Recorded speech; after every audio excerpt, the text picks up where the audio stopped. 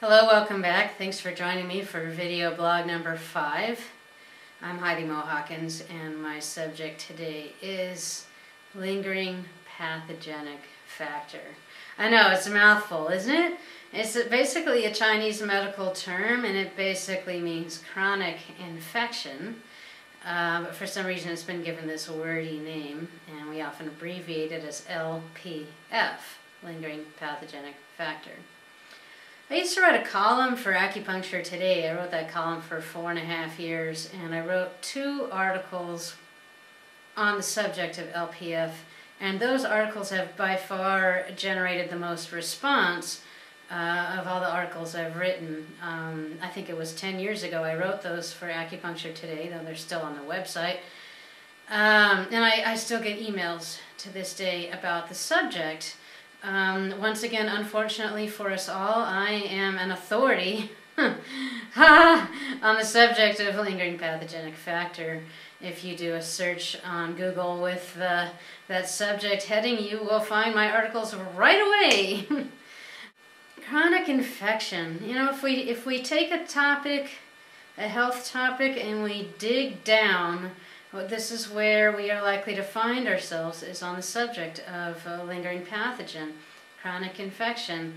I started with allergies. I wrote the column on allergies, and I was a specialist in allergies for a few years, and I just kept studying and studying and looking what causes allergies, what underlies allergies, and this is what I found: chronic infection.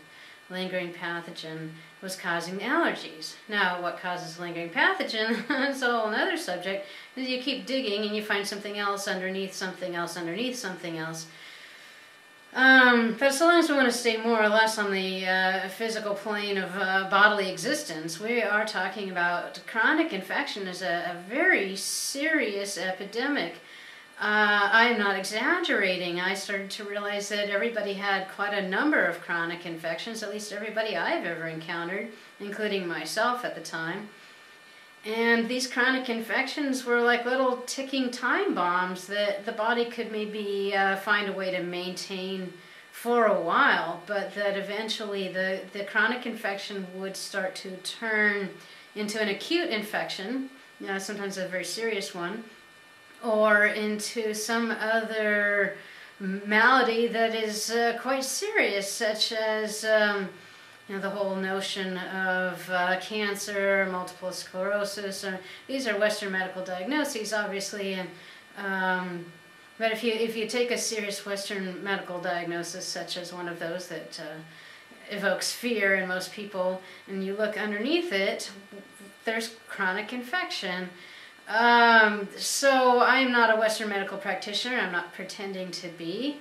But lingering pathogen factor is a very serious epidemic, a very serious cause of a whole bunch of other things that other people would call serious if they're given a Western medical label. So I had no choice but to look at lingering pathogen.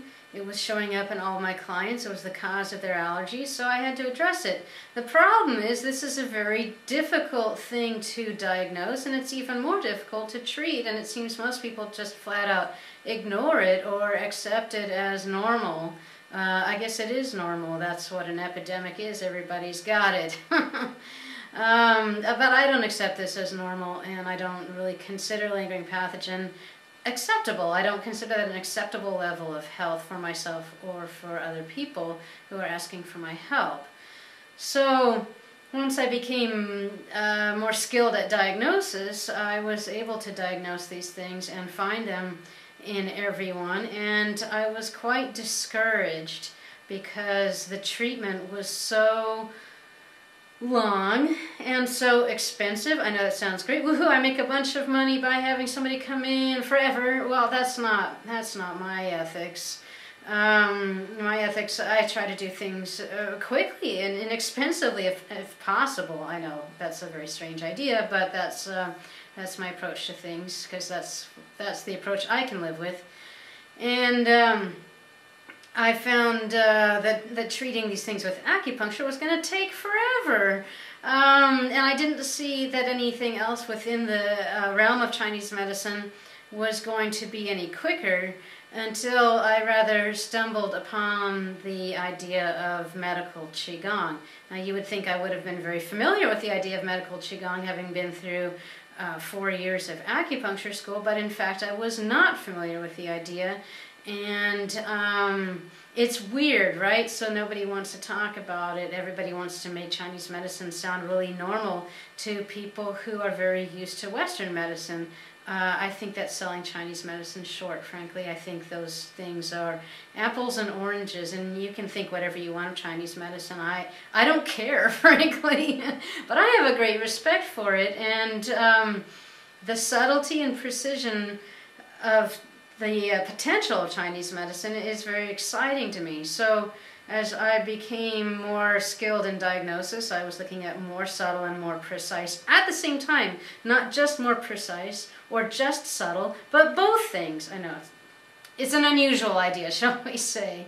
And I started to be able to find out a lot about these lingering pathogens, and I learned, well, I co-created a form of medical Qigong, and I know that I wasn't supposed to do that, and I never had any intention of doing it, because I'm not old, and I'm not male, and I'm not Chinese, and therefore I'm obviously not qualified. But it was either do that or abandon all my clients or send them to someone else, and every time I tried to send them to someone else, they usually said, "Oh, I already saw that person." You helped me, they said. So, oh, thanks. Thanks. So I co-created a form of medical Qigong without really intending to, and without even really realizing that was what I was doing until kind of after the fact.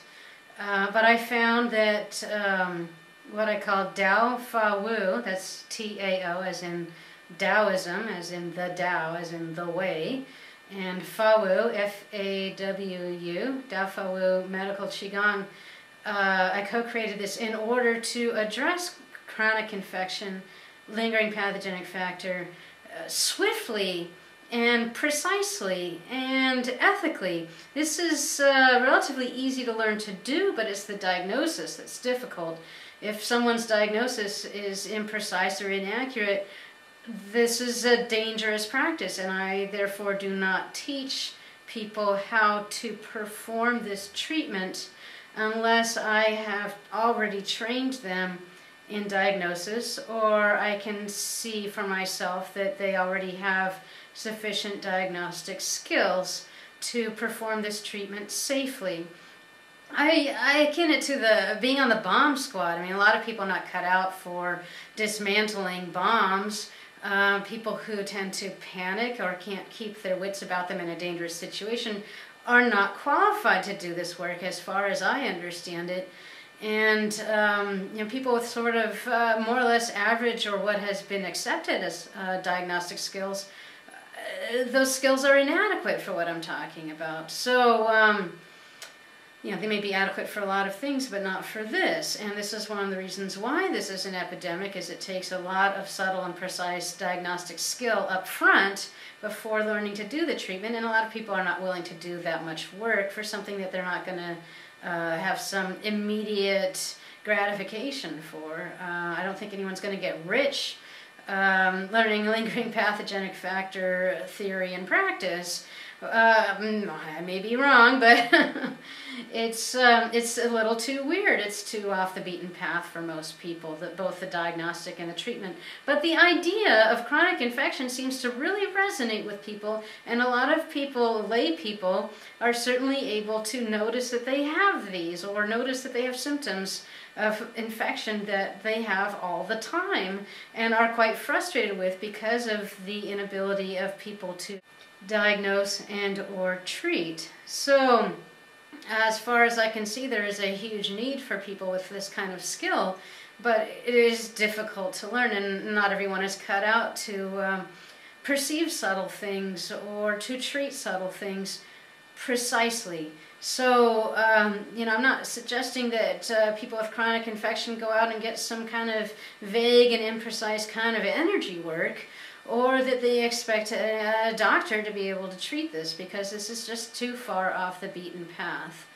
I'm very excited about the idea of training people to diagnose these accurately and precisely, and to treat them swiftly and skillfully. This is a big part of the work that I'm doing now, is training other people to do that.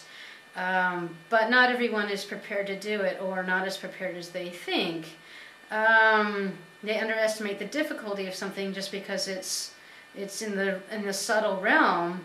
They don't understand that there is such a thing as both subtle and precise at the same time. This combination is rarely found. We find either precision, like Western science, that people have a lot of regard for, or subtlety, which is in the realm of superstition. So, yes, I'm superstitious. Okay, write me off, turn this off right now, click. Well, it wasn't my idea, but I had no choice. My health was failing. I was really sick. This is where everything led me, and I'm really grateful that I was able to see these things for myself and learn to diagnose and treat this effectively. And I'd like to thank you for tuning in and asking questions about interesting topics.